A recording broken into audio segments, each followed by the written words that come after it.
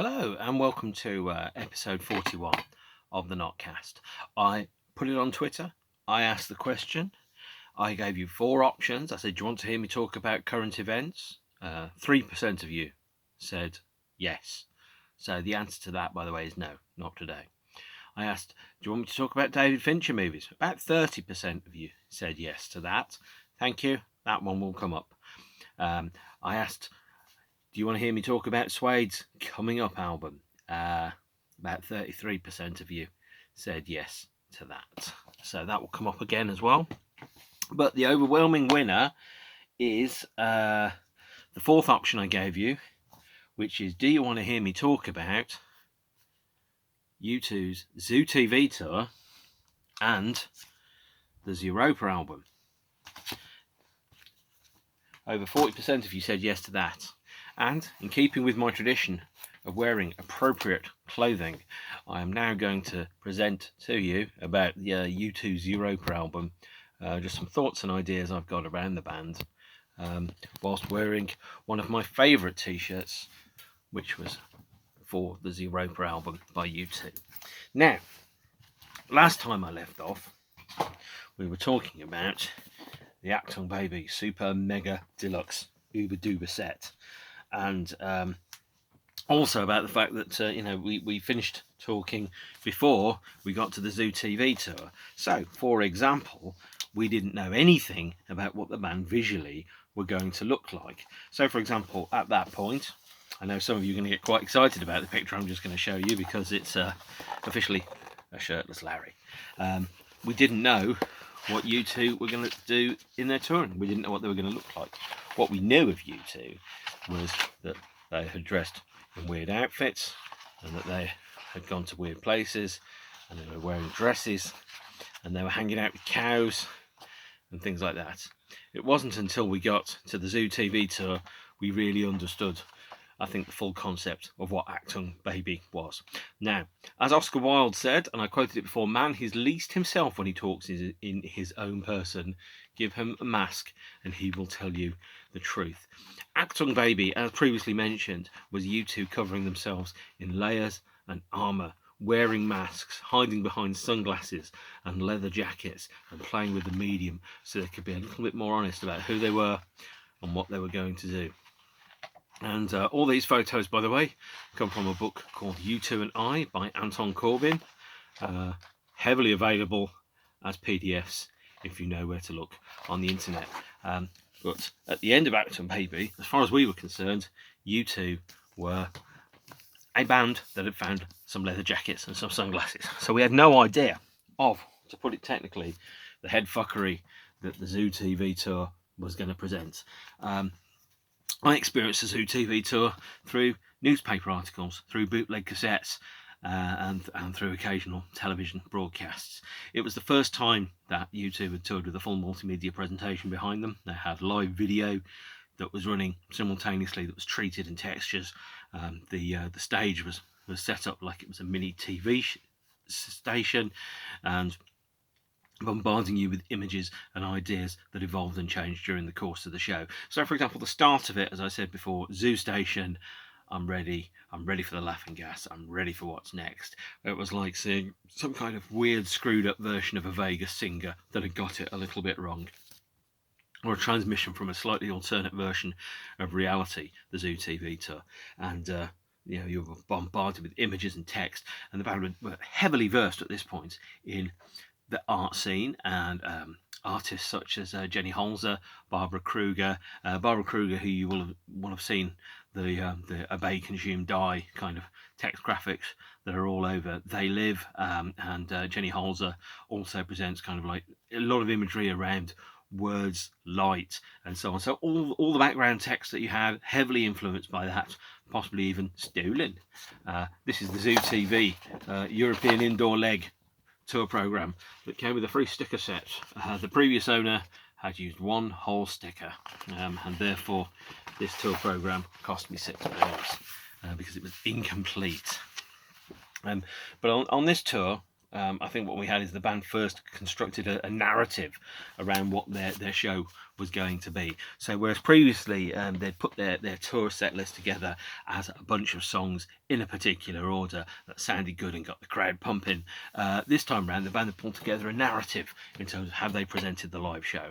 And this may sound a little bit weird and a little bit wacky, but it's a thing that stuck with U2 live performances to the present day. When the band do a tour show, it's generally a multimedia presentation. There's a narrative that's constructed lyrically. All the songs play well with others. Their set list positions are chosen on the grounds of how the lyrics of the songs interplay and interact with each other. And that's something I'm going to be picking up as we talk through future tours, because I think the band have got better and better at it, to the point where, you know, the most recent staging that the most recent new staging that they put out, which was the Experience and Innocence tour in 2018, was effectively a narrative story about themselves as adults. Sounds a bit pretentious, but at the time, that's how it felt. So, starting off, the show started with Bono in his famous fly outfit and leather jacket. This is a bootleg CD called Rubber Ball and Liqueur, which was recorded in Atlanta on March the 5th, 1992, in the first week of the tour. And I've got a lot of bootleg CDs from this particular tour. This is at best a fairly mediocre audience recording, but it's one of the first ZooTV Tour bootlegs that there is. And, you know, looking at the set list and construction of that show, here is a bootleg called The Real Thing, which was recorded at the Rotterdam Ahoy on the 15th of June. It's a mixing desk recording, I think. Sounds fantastic. So the tour starts off with probably about 7, 8, maybe 9 songs from Achtung Baby in a row.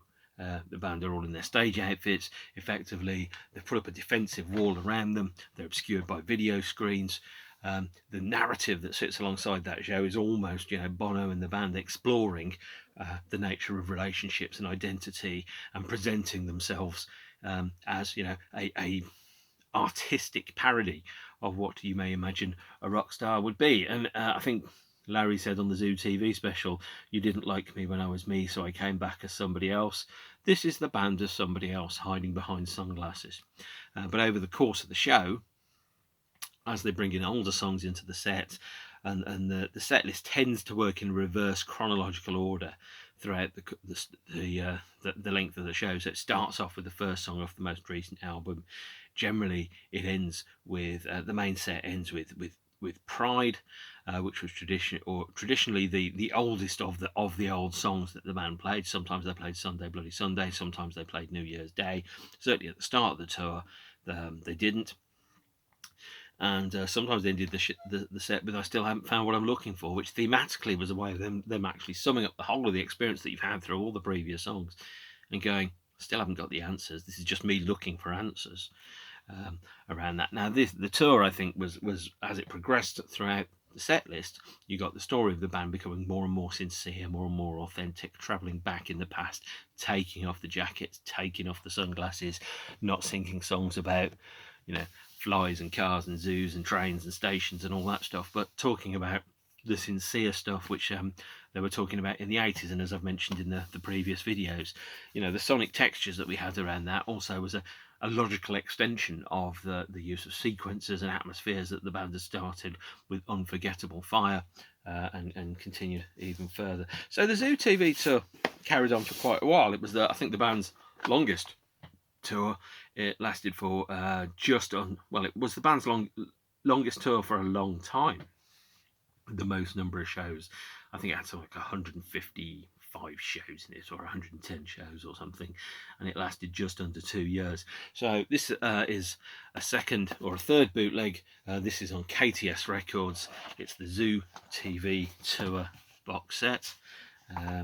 Luckily, many years of trawling record fairs with my pocket money have resulted in me now owning this bizarre and unusual beastie. Here's a poster that came with the initial box set version of it, which contains 3 CDs, one of which is a mixing desk recording of an early part of a show at the Detroit Silverdome, and the next 2 discs being recorded at the Houston Astrodome when the band had moved into stadiums. So the band started off the ZooTV Tour, by the way, in arenas, which was going back to the kind of venues that they started off the early part of the Joshua Tree Tour in 1987 in, as a way of, well, you know, frankly, they weren't certain that this album was going to be a big, huge hit. ZooTV was a bit of a risk, certainly creatively. It's very possible that they would have lost a lot of fans, and they did lose a lot of fans because the band weren't being that sincere bunch of flag-waving 20-somethings. They were now somewhat more grizzled and embittered 30-somethings with broken hearts. And I lost quite a lot of fans actually during this period because people thought, well, U2 have gone a little bit weird. Now, I love weird, so I was totally, fully on board with it. This was, you know, the best of both worlds. You had a band that was very good at writing songs, but also was prepared to push the boat out so far that it sank. And they completely rethought the stage process that they had. So they rethought a number of the songs. Running to Stand Still had a new instrumental backing in it. There was a new solo in With or Without You, particularly evident on the Stockholm version, which was broadcast. And also it was the first live show where the band presented what was happening on stage live on screens around them and treated it as an element to the show.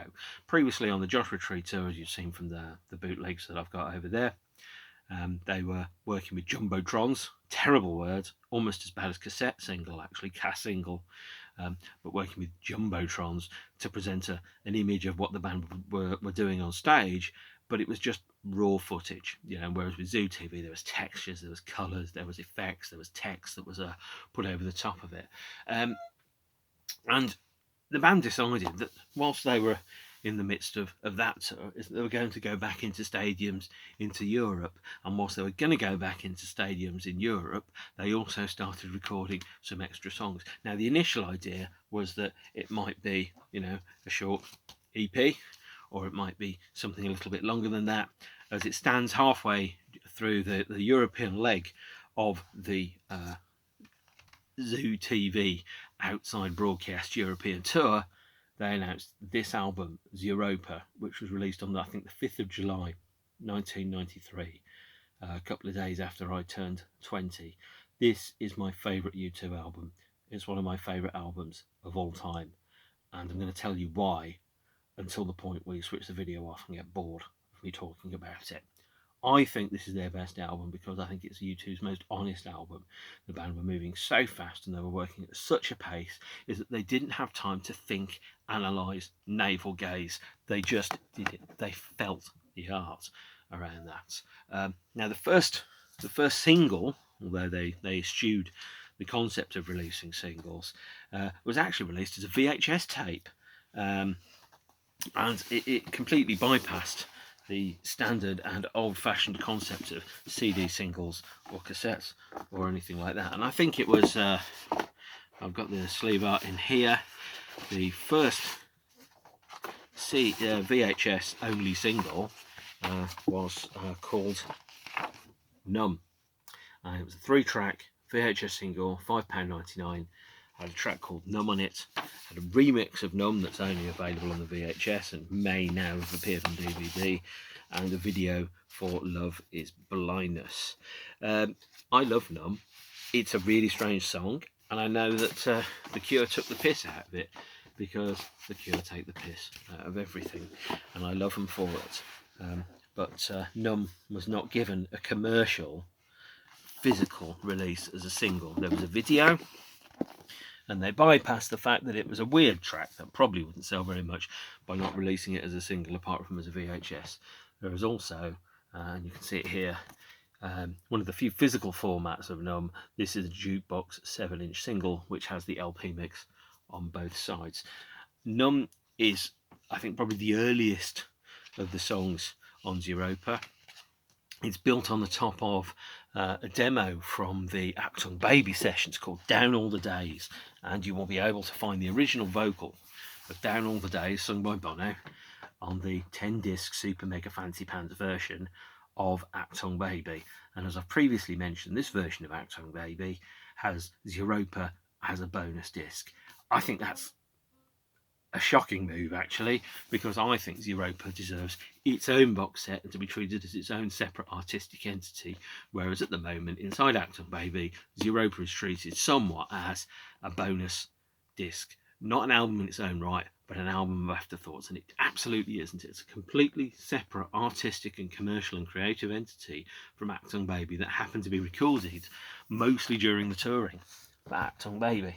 So the touring structure that the band had at this point is that they were generally playing in stadiums, flying back to Dublin, recording in the studio after the show, doing 2 or 3 hours work until probably dawn, going to sleep, getting up, playing a show, then getting on a plane, then going back to Dublin and finishing recording. So what you've seen is that the band were recording an album, effectively commuting by jet plane from Stuttgart or wherever to the studio in Dublin. And this is why I said the band were really feeling the art as opposed to thinking about the art. Now this period is fiercely creative, and it's documented in a couple of really essential books. This one here, U2 by U2, where the band talk through their concept of it, and saying, for example, that it's just a bit crazy. So I'm just quickly scrolling through the book, and the band were deep in being other people. Bono had adopted a character called Mephisto, who is almost like a satanic version of a lounge singer, and playing with the idea of what it is to be famous, saying things that are most true when he's wearing a mask.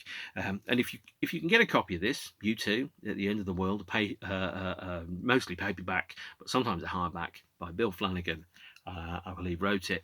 This is one of the best books about U2. Full stop. End of story. No discussion. It's a blow-by-blow, day-by-day account written by somebody who was there, who's describing exactly what the band are doing on a day-by-day basis without the benefit of hindsight or time. Very similar, in fact, to books by Chris Heath, which is literally Pet Shop Boys versus America, which detail the Pet Shop Boys tours in 1989 and 1991. Again, absolutely fascinating, fly on the wall dissections of what life was like to be a member of U2 at the time, and really details, frankly, the bloody madness of it all, because it was a crazy period.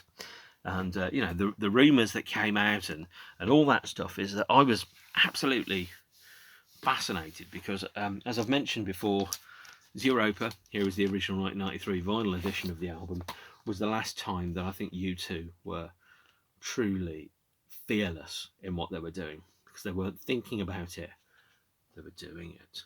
And at this point they didn't have time to think about anything. Now I'm going to tell you why I love this album, because if you can go anywhere, if you can do anything, if you've got complete artistic control, financial independence, if you can be anything you want, why not be as goddamn weird as you can possibly think of?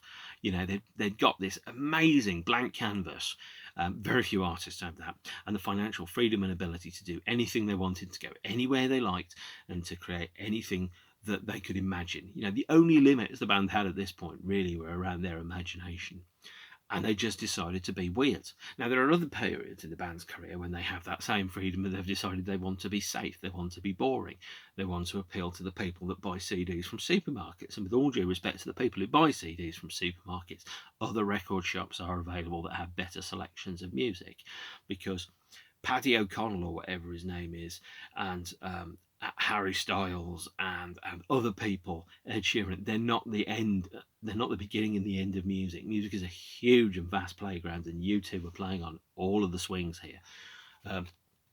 So I really regard this as the separate entity of Acton Baby. It's like Acton Baby's weird, moody goth younger brother, and as a weird, moody goth younger brother myself, I feel comfortable saying that. It's a rough album. The production is not immaculate. The second half of the title track, Europa, I think was recorded at a sound check. The vocals on, I think it's on the vocals on I think Some Days Are Better Than Others, or possibly possibly Dirty Day, you can clearly hear the distortion. It's the only time Bono sang it. So where he sings, if you throw a rock in the air and you'll hit someone guilty, there's distortion on that comes from the fact that the microphone is too close to Bono's mouth, and he never went back and re-sang it. But this is a great record, and I'm not going to make any apologies to anybody for that. It's my favourite U2 album, and I think what the band did is they painted themselves as almost being like the prime ministers of sorts of a country called Europa. These are the 13 stars of the then member states of the EU. Here is an adapted version of The Baby off Achtung Baby in a space outfit. As I mentioned earlier, ZooTV felt like it was satellite transmissions from an imaginary reality. This really feels like it's an alien's observations of life on Earth and then reporting it back, kind of like a Mork calling Orson type of approach. And the country which they're living in is a weird amalgam of lots of places called Europa. And this is kind of reflected also in the cover to the book here. You can see what it is. The band are actually wearing semi-military uniforms depicted with the 3 lemons on there. That they're paying themselves out as being almost like dignitaries from that foreign country, or perhaps alien visitors telling us to take them to their leaders. It's a really interesting album. It's chock full of imagery. It's written on the hoof. It's very instinctual. It reminds me a lot actually of David Bowie's Station to Station, the same kind of thing where you actually you do whatever feels right to do, and you'll be able to do it, and you can take the audience with you. Now, I know they lost some fans on the ZooTV tour, and they lost a lot of fans when Zooropa. They lost even more fans with the next studio release that they did. But the important thing is that they were being true to themselves. They said, we want to explore what it's like to live in this world. By the way, this baby here is one of the 3 most popular U2 tattoos. The other 2 are the Joshua Tree and the Heart in a Suitcase logo from All That You Can't Leave Behind. And maybe more on that later on. But I love the idea that actually it's an innocent child in space as an astronaut, somehow observing this world that humans live in, this weird and bizarre landscape, and observing it almost dispassionately. Now, Zooropa is a post-sexual album. I'm going to explain that because Achtung Baby is dripping in innuendo. And it's a very sexual record in so much as it very much deals with the physical elements of love and not the horizontal versions of love, as David Coverdale from Whitesnake might explain to you when he sings Slide It In. This one's a love song for you. It's about the horizontal version. Or whatever. Jammies and a robe, Mr. Coverdale. Always wear them.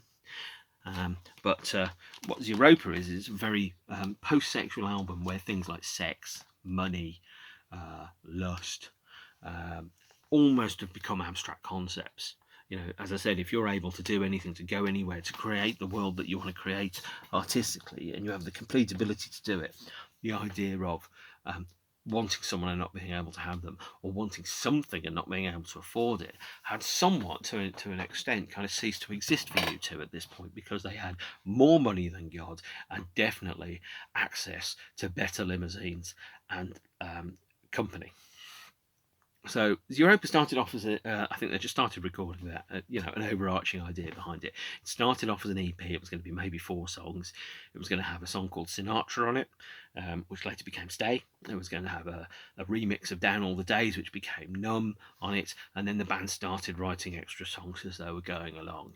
And it completed the 4-album deal that the band negotiated around about the time of 1986, because obviously you had Joshua Tree, Rattle and Hum, Achtung Baby. Zooropa was delivered mid-tour at the height of the band's commercial success to an unsuspecting Island Records that certainly weren't going to refuse it, because they had a brand new U2 album they weren't expecting for another couple of years. But it completed their deal, and it allowed them to then renegotiate the deal with Island at their most creative and commercially successful. Masterstroke of business, by the way. And the ZooTV Tour was not a masterstroke of business because it was very, very expensive to put on. The tickets were relatively expensive. The band's profit margins were so low that the profits that they made came from T-shirts.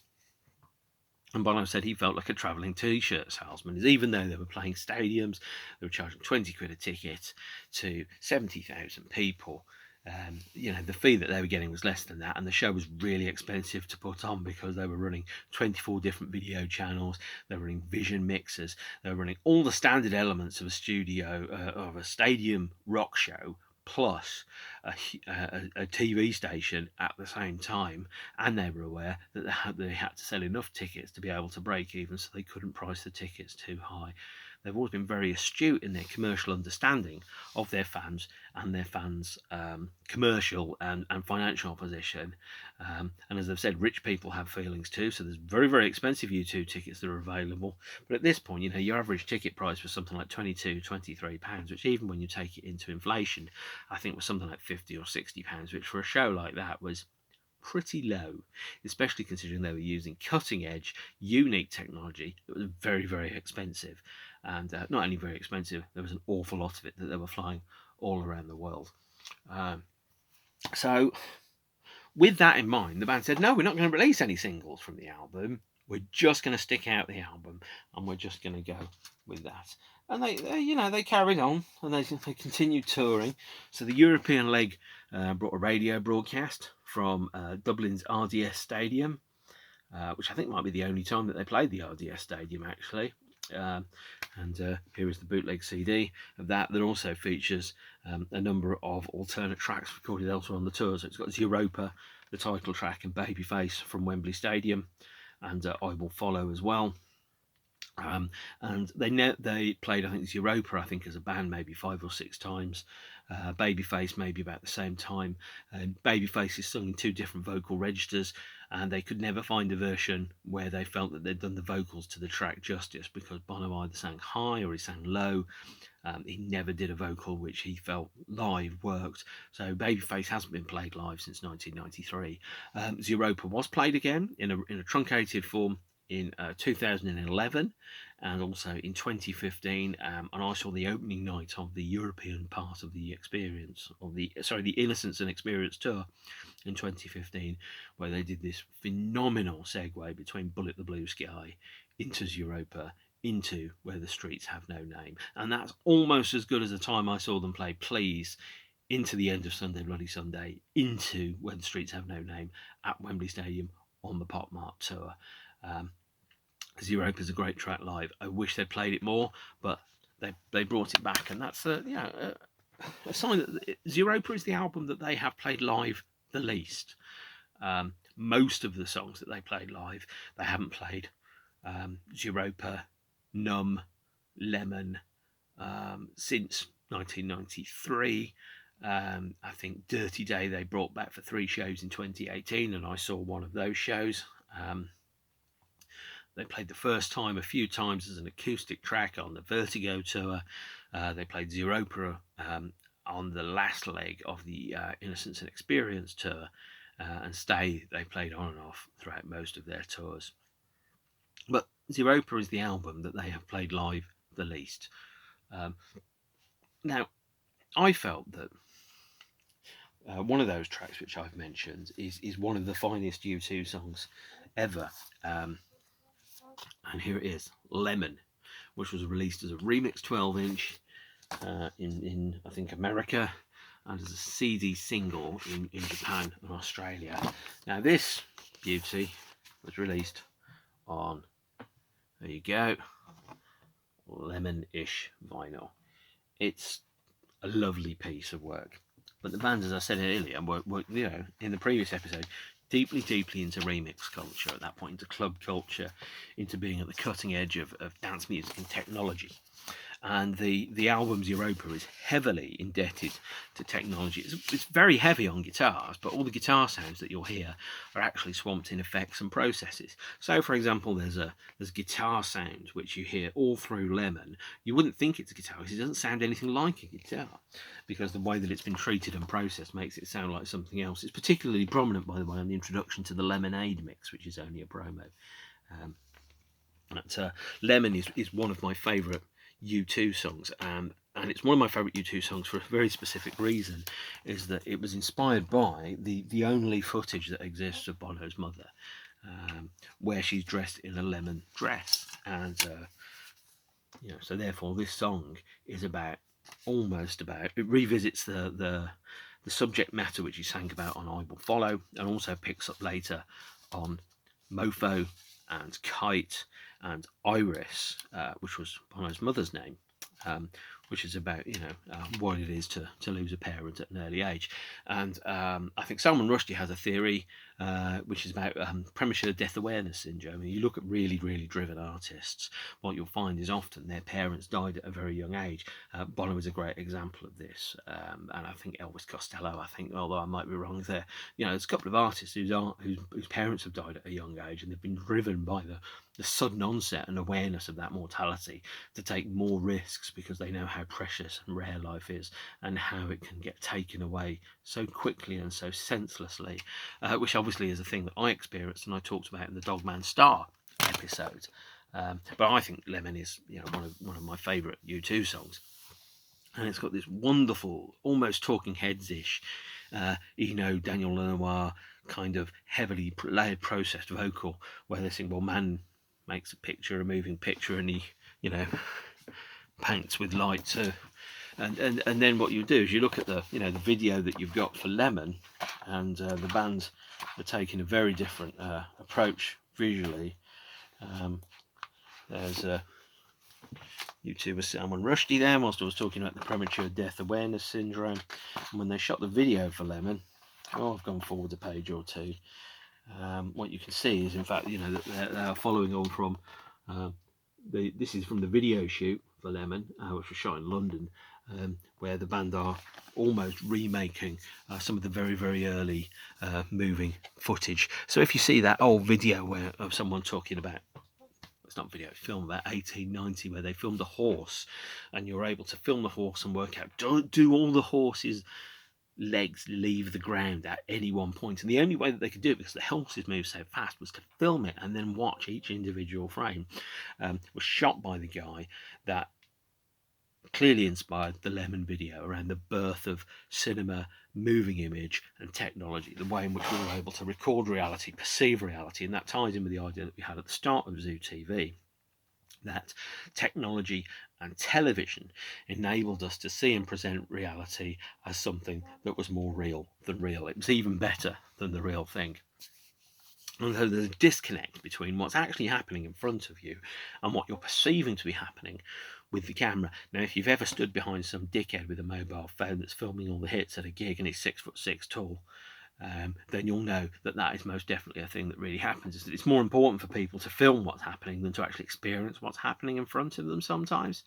Now, I felt very much that that was how I saw the world. So Zooropa, and as I've kind of mentioned, here's the blue vinyl 2018 2 LP reissue version of it. So Europa very much presented itself as coming from an alternate version of reality. Now, when this album came out, I just hit 20, and I felt very much like that. I perceived that I had somehow been I'd landed in the wrong world, or a wrong version of reality that was out of phase with who I was. And I'm not saying I was a weirdo, because I wasn't, but I certainly had very little in common with a lot of the human beings that were around me in 1993, and I still kind of feel that a little bit. Don't tell anyone, okay? But it's very much around, looking at the world as someone who's got a different worldview. Now, the purpose of art, depending on your point of view, how pretentious you want to be, what is the purpose of art? What is the purpose of music? Is it to make you dance? Is it to make you jump, sing, get drunk, meet someone that you like? Is it a thing that happens while you're doing the washing up? I see music as a form of art, and art, when it is at its most successful, communicates ideas from one human to another, and it can change the way in which we see the world. And Europa can change the way in which I saw the world, because I saw that the way I felt reality around me was that I didn't particularly like huge chunks of reality. Now I just dislike particular chunks of humanity, which is a slight difference. Well, I too felt like I was watching Earth as some kind of alien observer that had a different perspective upon reality to most other humans. And the idea of having this child in a an astronaut's outfit. You know, those are the dreams of children. When I grow up, I want to be an astronaut. I want to be a spaceman. I want to walk on the moon. And in some respects, this is moving on full pelt from boy into man. It's a saying that, yes, as an adult, I now see the world a certain way. So this is possibly the first album, alongside maybe Accent Baby, that U2 made as men, and the way that they saw the world.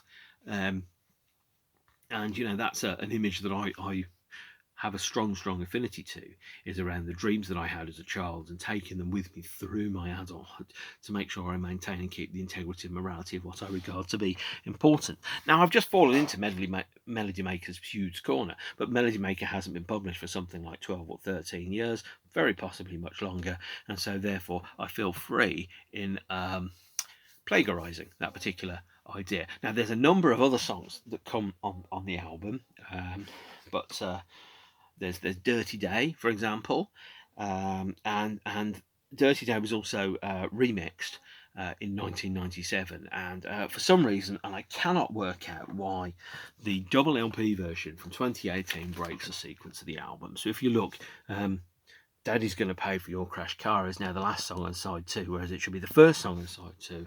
And there's two remixes on this version. There's the Perfecto mix of Lemon, and there's the Gimme Some More Dignity mix of Numb.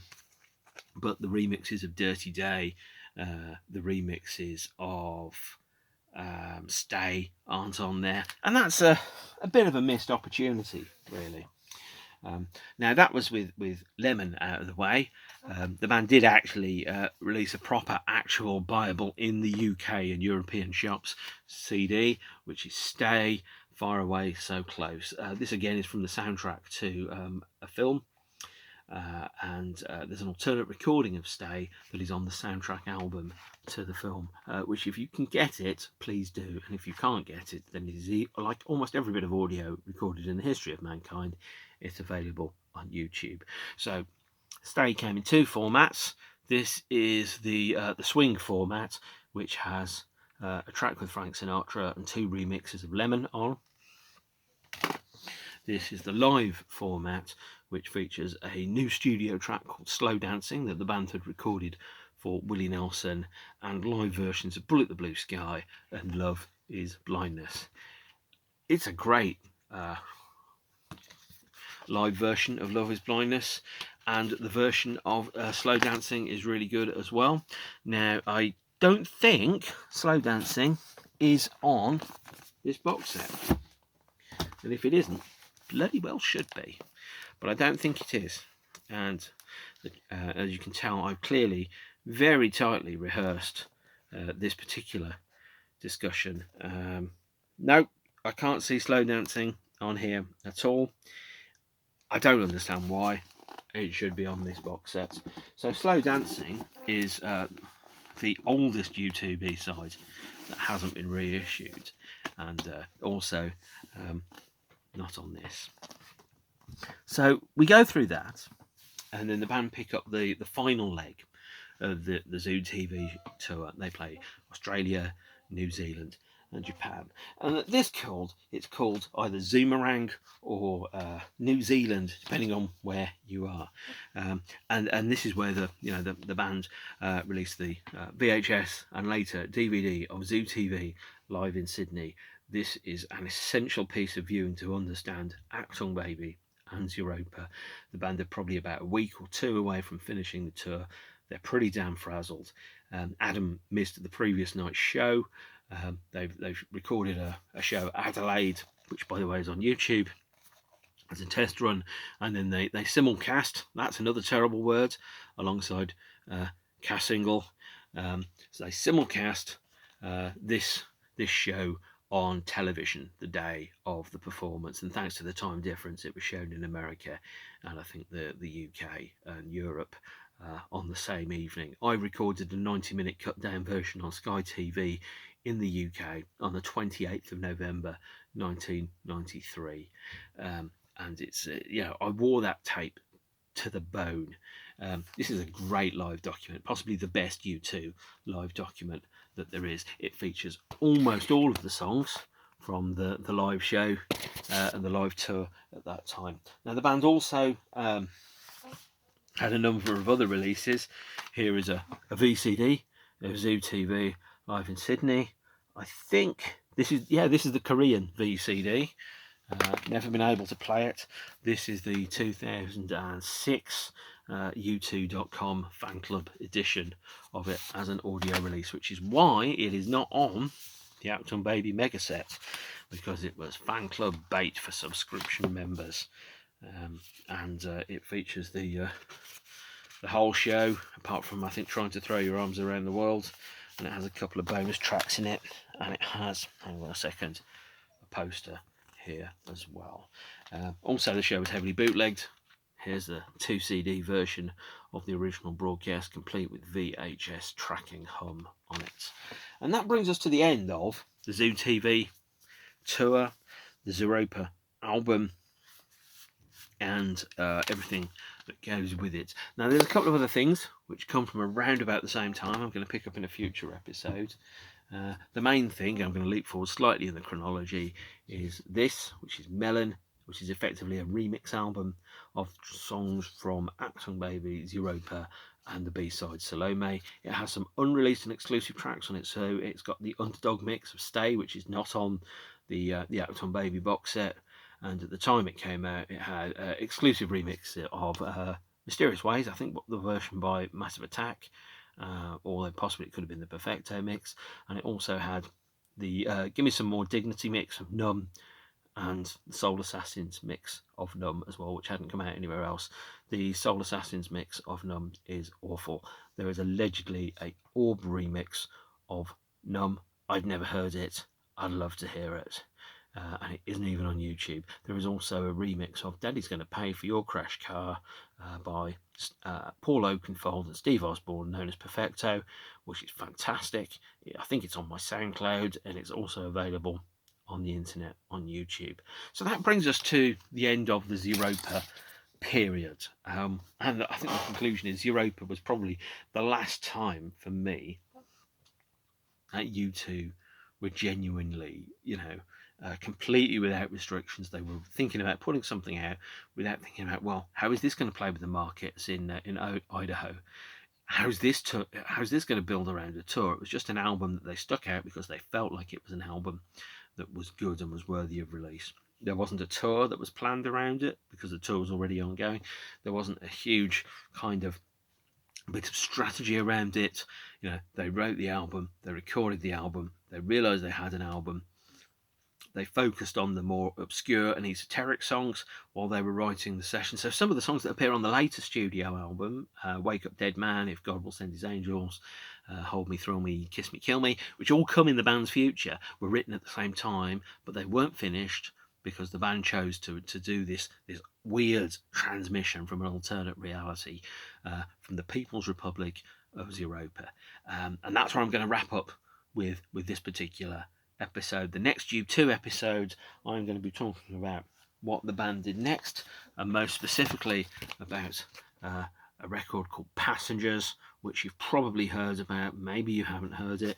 Not a well-known album in the U2 body of work, because it isn't, strictly speaking, U2.